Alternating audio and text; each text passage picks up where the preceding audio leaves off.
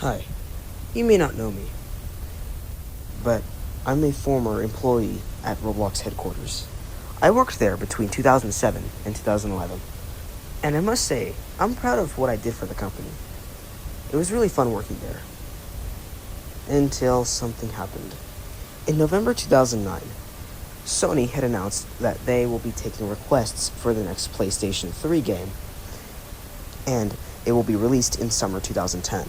And if the game had won, then they would try and contact Microsoft and Nintendo to get the game released on Xbox 360 and Wii.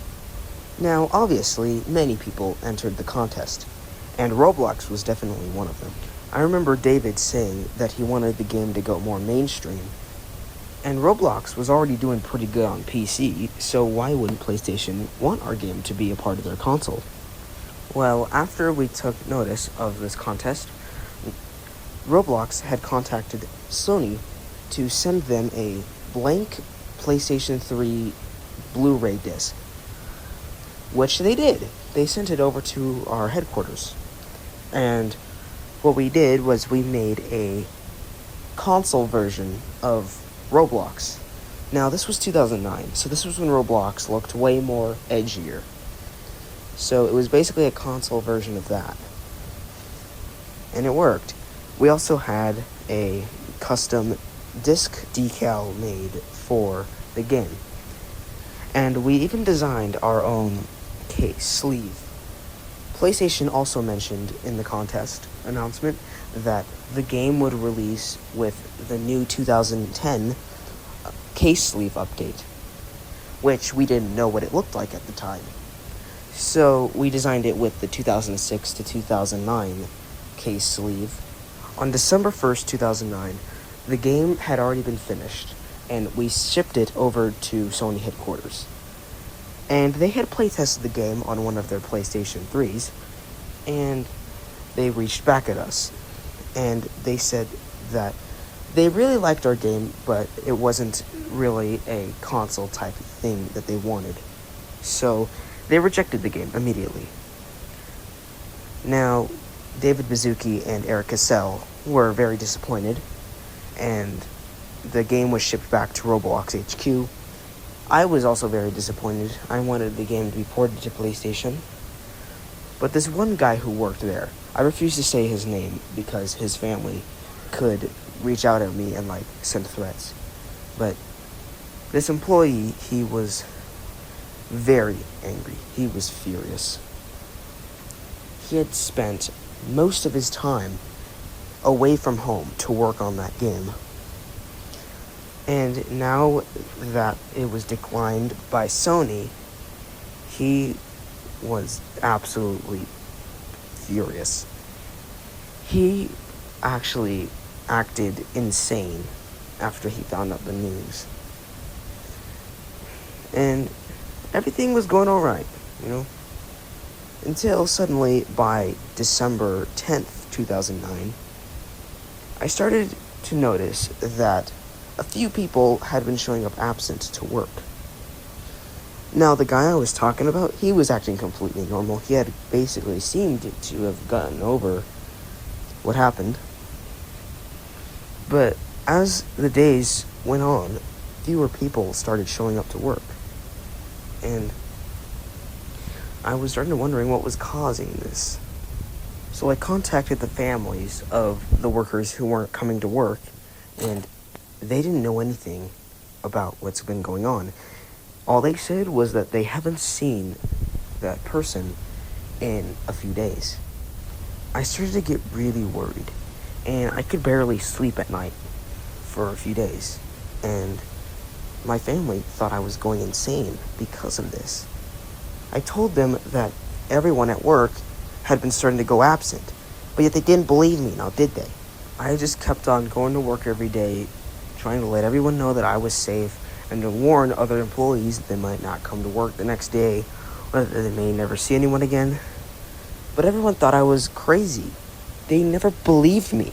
I was trying to warn them about something, but yet they didn't care about what I was talking about. Until one day, it was December 19th or December 20th of 2009, I drove home a different route because they had started working on a new highway in the middle of my route that I was used to going through to get home. But then, on this route that I was taking, I noticed a suspicious-looking alleyway. I could have just ignored it, but it was like it was calling my name. So I obviously got out of my car and went through it. It just looked like a normal alleyway that you'd see in the streets of LA, until I noticed a secret-looking room. It was like a dungeon door that I first saw, and it had black cryptic writing on it that read, "Do not open," in all capitalized letters.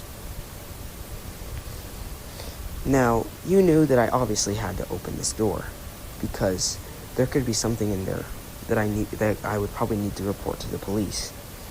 So I opened the door, and I saw something that made me so disgusted that I felt like vomiting my guts out.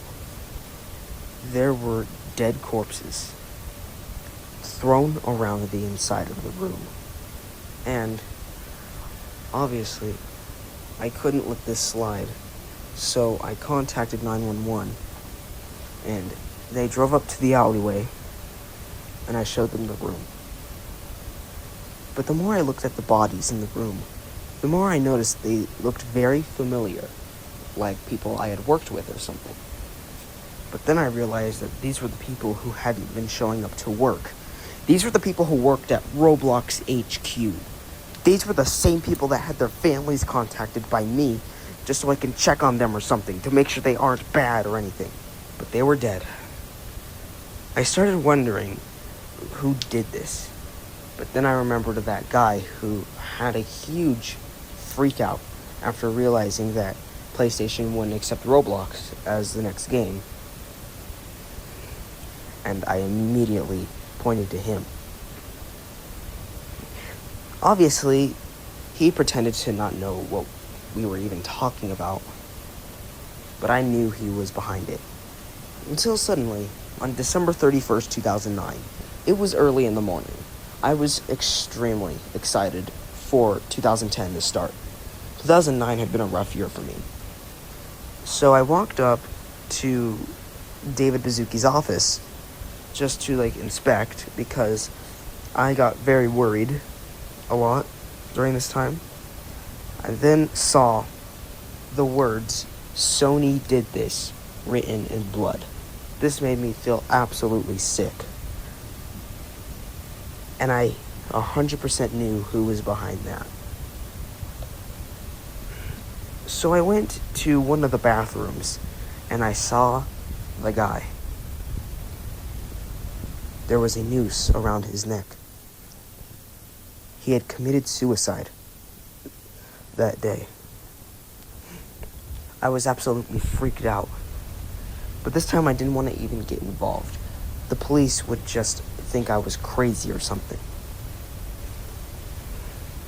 But after that, it was January 2nd, 2010. Sony had announced that the contest had been canceled and that the next PS3 game won't be determined. I spent the whole year of 2010 just absolutely freaking out about what could happen next. Many people could stop showing up to work again. Roblox had to hire around 300 people to work at Roblox after that. I was completely freaking out. All of 2010, people were just hearing me freak out about the whole situation. And they were telling me that I was just bullshitting them, but I wasn't. I was warning them and trying to stop and prevent what was going to happen next if anything would. I spent all this time doing it until August 2011, when I was fired.